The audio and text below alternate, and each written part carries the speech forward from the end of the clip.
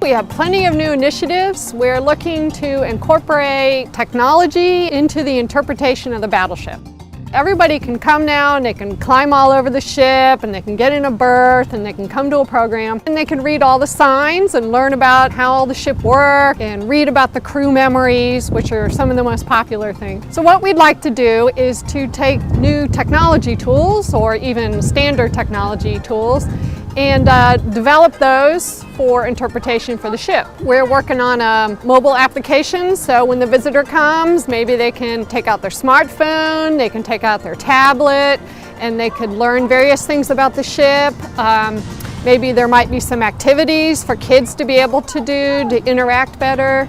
And we can play some videos, so it could be crew members' oral histories, there might be an interpreter, it might be a volunteer telling somebody how such and such worked.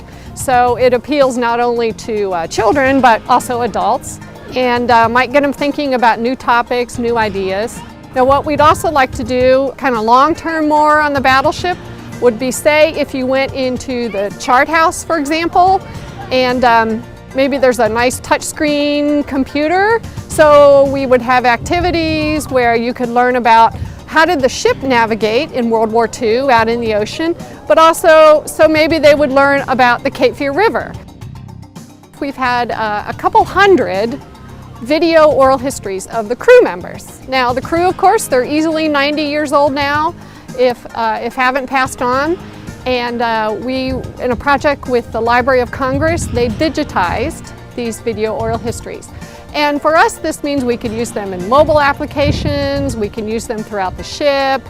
We have movies now showing about them on the second deck and everything. So you can interpret, 1940s, but through 21st century interpretation techniques. We have thousands of photographs, maybe 3,000 to 4,000 photographs that have been in the process of being digitized. And they're great because they show the ship at sea, but they also show her crew and their daily life on board during the war years. And then we have thousands of artifacts, actually. Some of them original to the ship, some get donated over time. We have our whole collections database is online, and that's accessible through our website. It's right there on the main page of our website. There's pictures, there's information, and it's a real easy way to just ask us questions.